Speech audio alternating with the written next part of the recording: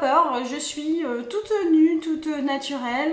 J'ai les cheveux mouillés donc je sors réellement de ma douche. Et je suis là pour un petit make-up test. Aujourd'hui nous allons tester le fond de teint Dream Wonder Nude. Maintenant il focus, de chez Je mets Maybelline. Alors tout d'abord j'ai appliqué la crème de jour de chez Oolution, la Check Matte, que j'adore, et je suis à la fin de ce petit packaging que j'ai eu dans une box et franchement je suis triste. Je suis toujours essoufflée comme d'habitude. Alors le fond de teint, en fait je l'ai acheté parce que j'avais envie de tester l'encre de peau d'Yves Saint Laurent. Et parce que c'est léger, parce que s'il y a un fini poudré.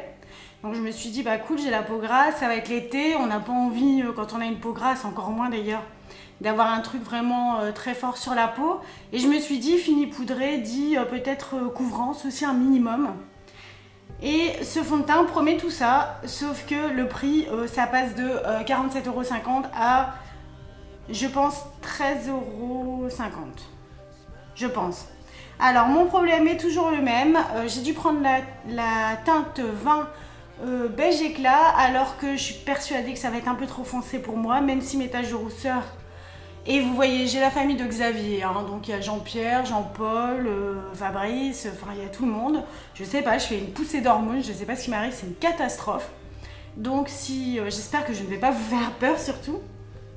Donc voilà, le but étant de tester avec vous et en live, comme je le ferai sans vous, ce fond de teint, et de voir si à la fin de la journée il a tenu ses promesses. Donc j'ai ma crème de jour actuelle et je vais poudrer avec la poudre avec laquelle je poudre tous les autres fonds de teint. Donc premier truc, c'est que quand tu secoues c'est super liquide, donc ça fait un peu peur. Enfin genre j'ai pas du tout un t-shirt blanc quoi. Et alors quand on... Oh mon dieu, c'est orange. Quand on l'ouvre, voilà, vous avez une espèce de pipette. En fait c'est pas du caoutchouc, c'est du plastique dur. Donc là au premier abord, ça sent quand même un peu l'alcool. Au premier abord, je me demande comment je dois le mettre. Donc je vais le mettre au doigt parce que si je le mets à l'éponge ou au pinceau, je ne vais pas sentir la matière. Donc je vais le mettre au doigt pour être sûr que... Waouh, ça va être trop foncé, hein, je vous le dis. Donc je vais essayer comme ça. Oui, je vais mettre plus près. Je vais essayer comme ça, mais je trouve que c'est pas pratique. Donc je vais faire... Hop, à l'arrache quoi. C'est pas pratique. Bon, j'en ai déjà pris 3-4 fois là. Vous voyez. Et alors on voit maintenant un peu la pipette à travers. Vous voyez, je sais pas trop à quoi ça sert. Si c'est pour pas en mettre trop, donc je vais déjà essayer comme ça de... Waouh. Bah alors en fait, c'est très bizarre. Au toucher, ça me fait penser à l'eau de teint de L'Oréal que j'avais eu l'occasion de tester. C'est vachement... C'est un petit peu quand même trop doré pour moi. Et alors oui, au toucher, tu sens le truc poudré. Tu sens quand même un peu que c'est siliconé aussi. Ouais, ça fait un peu siliconé et poudreux. C'est pas trop collant. C'est quand même un minimum couvrant, d'après ce que je vois sur la famille de Xavier, c'est mon ami.